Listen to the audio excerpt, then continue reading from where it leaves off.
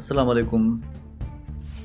आऊं साफ़ी Ali Ghulam Khoso, team Emirates Pakistan मरकज़ी media coordinator Ali Ghulam Khoso, social media centre Sindh.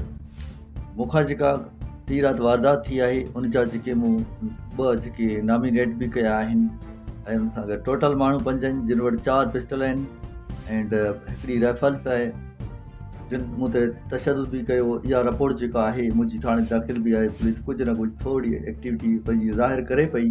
मुंहिंजा जवाबदार गिरफ़्तार अञा ताईं छो कोन थिया आहिनि? मुंहिंजो सुवालु आहे SSP साहब बदीन, छा अव्हां वटि एतिरी नफ़री कोन्हे जो 5 माण्हू जेके आहिनि उहे तव्हां गिरफ़्तार करे सघियो? या DIG छा हैदराबाद तव्हां वटि एतिरा माण्हू कोन्हे, एतिरी नफ़री कोन्हे जो हिकिड़ा 5 लोफर आहिनि उन्हनि खे तव्हां गिरफ़्तार करे सघो? ऐं IG गुलाणी मेमण साहब, तव्हांखे बि इहो अर्ज़ु कंदसि, छा अव्हां वटि एतिरी नफ़री कोन्हे जो 2 घरनि में 4 माण्हू 5 जेके रहनि था उहे अव्हां खां गिरफ़्तार नथा थी सघनि? असां पंहिंजी क़ौम खे सॾ बि ॾिना आहिनि, मैसेज बि कया आहिनि। असां पुलिस पार्टी जी हमेशह इज़त कई आहे, असीं कानून जी पासदारी चाहियूं था। मुंहिंजो मतिलबु इहो आहे त असीं हिकिड़ी क़ौमियत जा जेका आहियूं, अॻुवान बि आहियूं।